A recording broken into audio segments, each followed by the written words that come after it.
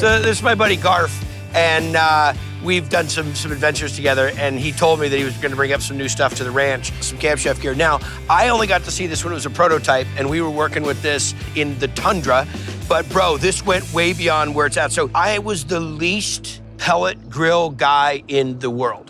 Coming from stick barbecues, I looked at pellet grills and I thought, I don't want to eat a bunch of plastic that holds a pellet. I was uneducated, was the truth of it. Now, somebody gave me another pellet grill for Christmas, and I said, okay, I'm gonna try it. I'll just run it once. And I loved it. And I had a whole different attitude about pellet grills. But I will say this, I think that they were a little caveman. So when you guys told me that what you were making, I didn't know how it was gonna work out, but I want you to give me the rundown. Well, the reason why you like this so much is because that flavors wood. Everything that you would ever want to cook, you could do here. Because you've got a propane burner here for your saucepan. Okay, or for it to sear. This is an all-in-one. Yes. And do you have a small, I know I have the big double burner cast iron grate. Yep, the small one, The yep. small one will work on this? So everything that works on the regular camp stove will work on this? Yes, everything. Told you, there's nothing you can't cook. It's awesome. So the pellets. You talked about plastic? Right, No so there's additives. nothing. So Nope, it's compressed with air. Got it. All right, so the hopper, you fill the hopper, you set the temperature. As it needs more fuel to make more heat, it feeds it through. Yeah, it's all digital. So there's a temperature probe in there that's controlling. All right, so 2 different meat probes, why? Yeah, there might be more than 1 piece of meat in there that you need to monitor. Okay. And this one can do up to 4. So if you had like 4 pork butts in there or 3 briskets or whatever. Oh, there's 4 ports, you're saying? Yeah, and they're all Wi-Fi monitored. Hang on, so this is gonna talk to my phone. I can set it, it'll call me in the house, or Set it'll an call alarm me. on your phone, it'll go off when your meat hits the temperature.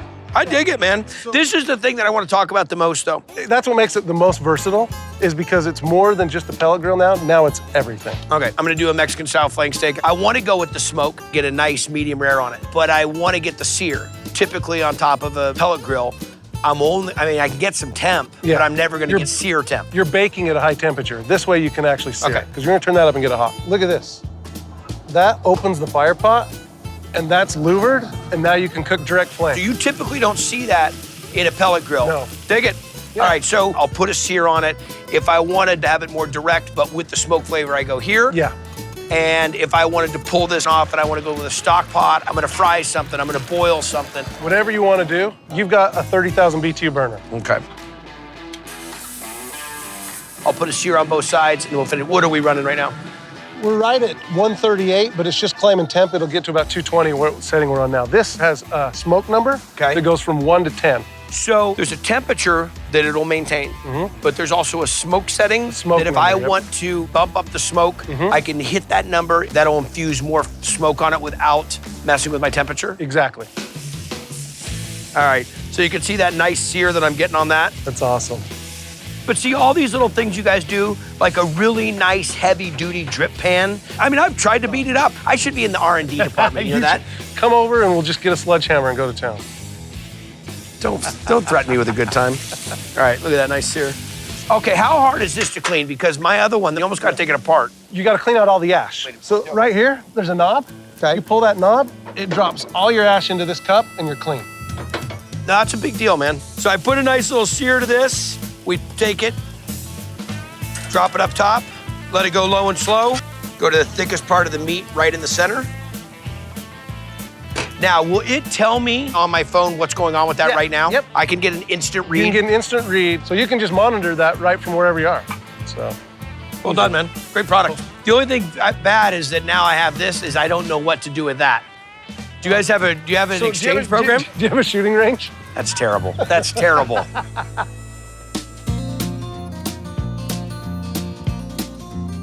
So these are 2 good buddies of mine. This is Paul and Ariel.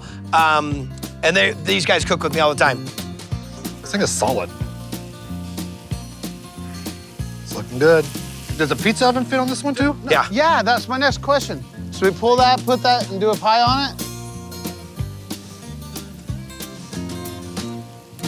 You see that cheese dancing in there? Look at this. What's the temp at? Oh, we're good. I got already up to 600. Ooh. I'm gonna cut it. I have 4 wood-fired ovens. You would be hard-pressed to tell me that didn't come out of one of them. You can hear the crust on the bottom of that? Yeah. Ooh. Go ahead, you first. No, you both first. That's too hot. You go first. Rookies. What a crust on that. That's crunchy. I like it like that. That is so good. That's real deal, man. You pull up at a campground or you pull up at a tailgate and you can make pizza like that, That's unreal. you'll wreck people. I've walked by and I saw this before, and to be straight, I looked at it. You did the same thing. I always do that. I go, listen, exactly. It's like cooking pizza in a cast iron skillet. Oh, yeah. Yeah. Because you don't get the radiant heat. Right. It's this part that is, in my opinion, is the biggest. How do you get the flame from the bottom to kick it up over the top? That's the design factor. Right, exactly. No, I'm amazed. I'm impressed. That's killer. This is really good. You could probably bake in that thing. Oh. Little lasagna tray in there. What's next? Oh, tacos.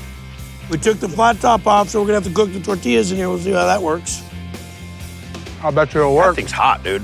600, that'll be cooked in no time. That thing is really hot. Seriously, it's like the wood-fired oven. Go ahead and you want to slice that up?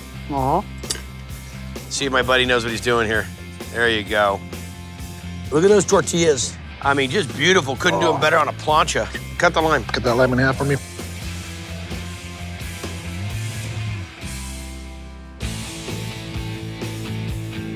Wait till you taste that smoke.